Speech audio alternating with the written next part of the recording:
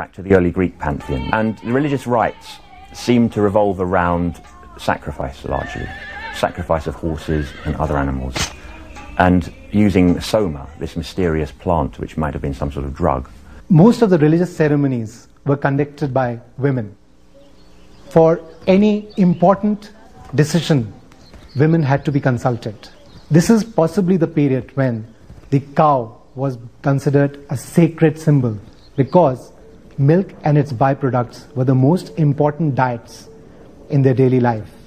At around the time of about 500 BC and thereabouts, the Upanishads were written, and at this time we see a revival of civilization and urbanism in the Ganges Valley, and an increasingly sophisticated society.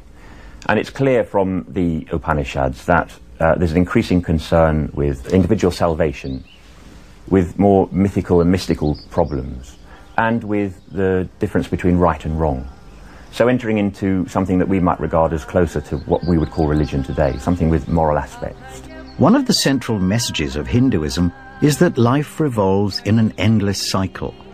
According to the principle of samsara, death is followed by rebirth. But the nature of this rebirth is determined by the deeds of the individual. The path a person chooses in life directly affects the form in which they are reincarnated. A person who lives dutifully in accordance with the principle of karma can look forward to reincarnation in a human form. If, however, someone contradicts the principle, they can expect a far more lowly reincarnation. By around 500 BC, the basic principles of Hinduism were firmly established. These included the formal division of society into classes or castes. The lowest of these were the Sudra, the labourers. Then came the Vaishya, the peasants and merchants. Further up the caste ladder were the Kshatriya, the rulers and warriors. At the top of the social pyramid were the Brahmins, the teachers and priests. By the middle of the first millennium BC, this highest of castes also included ruling kings, known as Rajas. The Brahmins had taken over the religious ceremonies which were being held in every household, which previously were conducted by women. They were making it more and more rigid to suit their means. And because of this rigidity, people were buckling under pressure, especially the lower castes, because they were looked down upon by the Brahmins. And this is the time when untouchables came into form. New schools of thought started emerging. And this is a period when Jainism and Buddhism came into form to break away from the rigidity of Hinduism. India was now emerging as a recognizable nation of 16 autonomous states. In the 4th century, one of these, which Chandragupta would found as the Mauryan Empire, emerged as the dominant force. By 325 BC, the new king Chandragupta Maurya became the ruler of the state of Magadha. He soon proved himself an outstanding warrior. By 300 BC, he had conquered the valleys of the Indus and the Ganges and taken over the empire of Alexander the Great. The son and grandson of Chandragupta also proved to be great military leaders. By 262 BC, the Mauryan king Ashoka controlled almost the whole Indian peninsula. This was a large empire, and the Mauryans needed to maintain a tight control within its boundaries. A Greek observer described how an enormous army of 700,000 men policed the empire, and the Mauryan leaders were not afraid to use this army.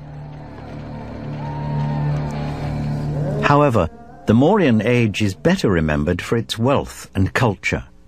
The sumptuous life of the imperial court was later recalled in some of the finest images of Indian art.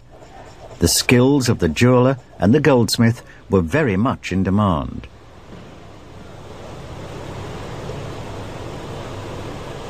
The age-old Indian love of exotic fabrics can also be seen. The Mauryan Empire is crucial, and it's a fundamental period in Indian history. It's the first civilized period for which we have historical evidence, we have writing. And it's also because of Ashoka, one of the third ruler of the Mauryan Empire, and the edicts, stone edicts that he wrote, which survive all over India today. And we also have a Greek ambassador who was actually present at the Mauryan court at Pataliputra, which was the capital, modern Patna in Bihar. Archaeological evidence has borne out some of the descriptions he gives us.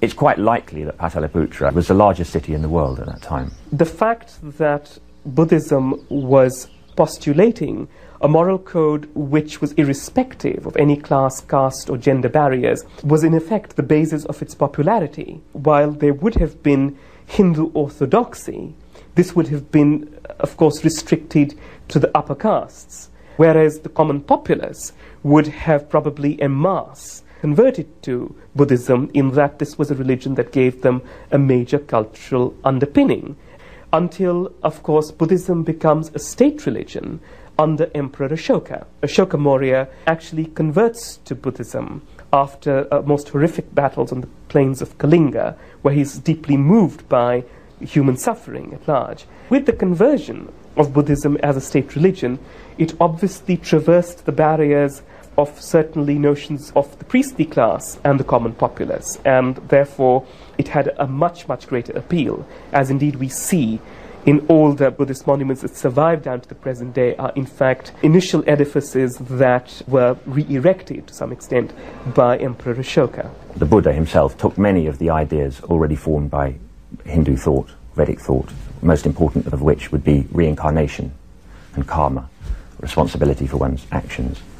So they have a very similar root. The most important of the four noble truths.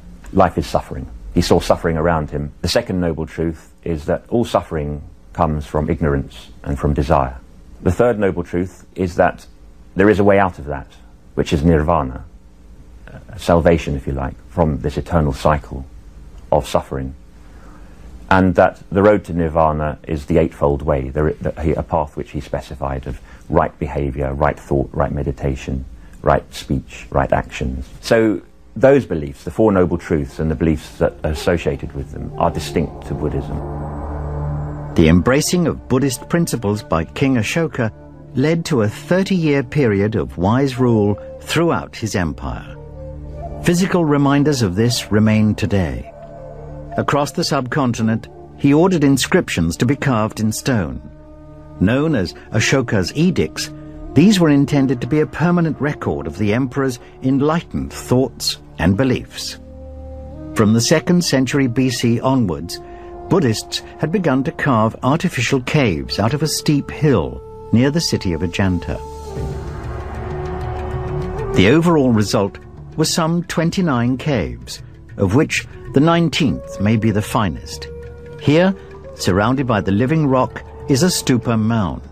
These were originally simple structures intended to house the holy relics of the Buddha.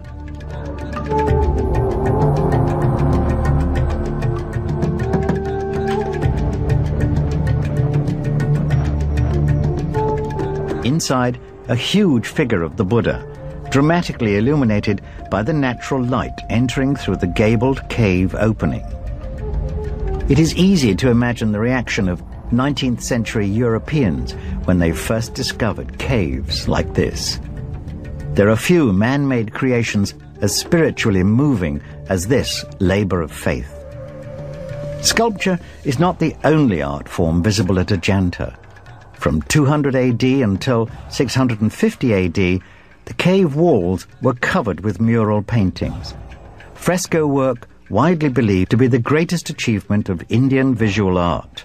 These are extremely important works for a host of reasons. They are the earliest surviving murals or examples of painting in the Indian tradition, and in themselves are therefore extremely important and valuable as archaeological evidence. What is extremely important about these in terms of their message is that they in fact illustrate the various former lives of the Buddha before he actually became the Buddha, which is to say, all the pre-Buddha states before he was actually enlightened and became the enlightened Buddha. He was born as a prince, and all his pre-Buddha states are essentially shown as somewhat royal depictions. The depiction of a prince adorned with all the state regalia, all the jewelry. You tend to see his elongated earlobes, which obviously held heavy royal earrings. The whole corpus